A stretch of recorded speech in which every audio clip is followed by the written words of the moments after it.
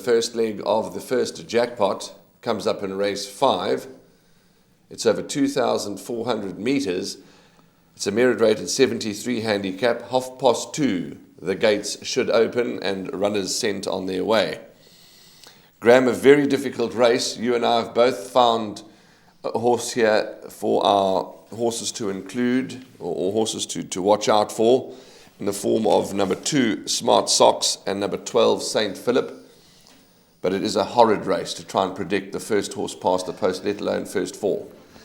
It's a bit of a minefield, whereas we narrowed down the maiden 2-4 to a shortlist, a confident shortlist. This one, unfortunately, this MR73 handicap over 2,400 metres looks very, very tricky. Yes, you're right. I've included number 2, Smart Socks, as one of my horses to watch out for, but that's only, and I'm hedging my bets here, that's only if they race at Hollywood Bet Scottsville, because that was my reason for including him. His Scottsville form, 3 starts at the track for a winner, second and a third.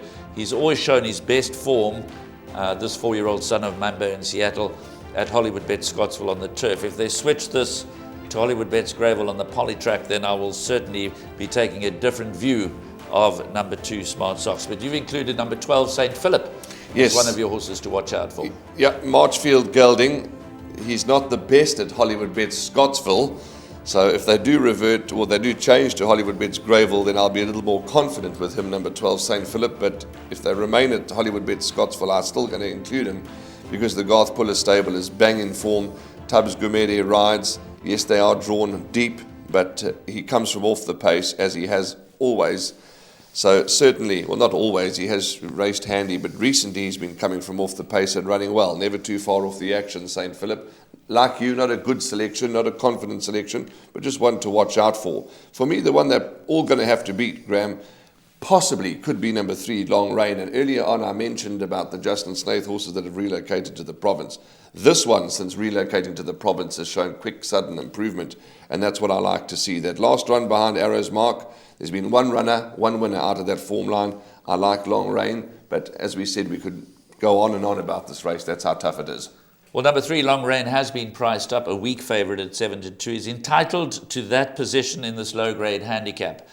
He has won over 2,500 metres, so his local introduction at Hollywood Bet's Gravel on the turf and the poly track have been over 1,600 and 1,900 metres. He's going to appreciate the step up in trip. Interesting, when he won his maiden at Kenilworth over 2.5, he beat In Oro, who's actually done quite well here in KwaZulu-Natal. So Long Rain is certainly going to relish the fact that they're travelling 2,400 metres. And I think it's fair to say that number 3, Long Rain, sets the standard here. Horses like Proud Warrior, Dream Destiny, Baka, Alado's Pride, Final Occasion, Prospero Rise, the 2 we've mentioned, Smart Socks, if it runs at Hollywood Bet Scottsville, and 12, St. Philip. All of those horses have chances, including, of course, number 1, Power to Command. So this is a leg that you've certainly got to go very wide. If you want to row in with number 3, Long Rain, take a chance. Sometimes it pays to take a chance and banker an outright horse in an open-looking race. If you get away with it, then you're ahead of the pack. So number 3, Long Rain, certainly sets the standard. He will appreciate the extra ground, and his last run was pretty good, although comfortably beaten by Arrow's Mark. So I wouldn't put off anybody taking a chance and bankering number 3, Long Rain, in this race, despite the fact that it really does look as if it is a leg where you can include the whole field.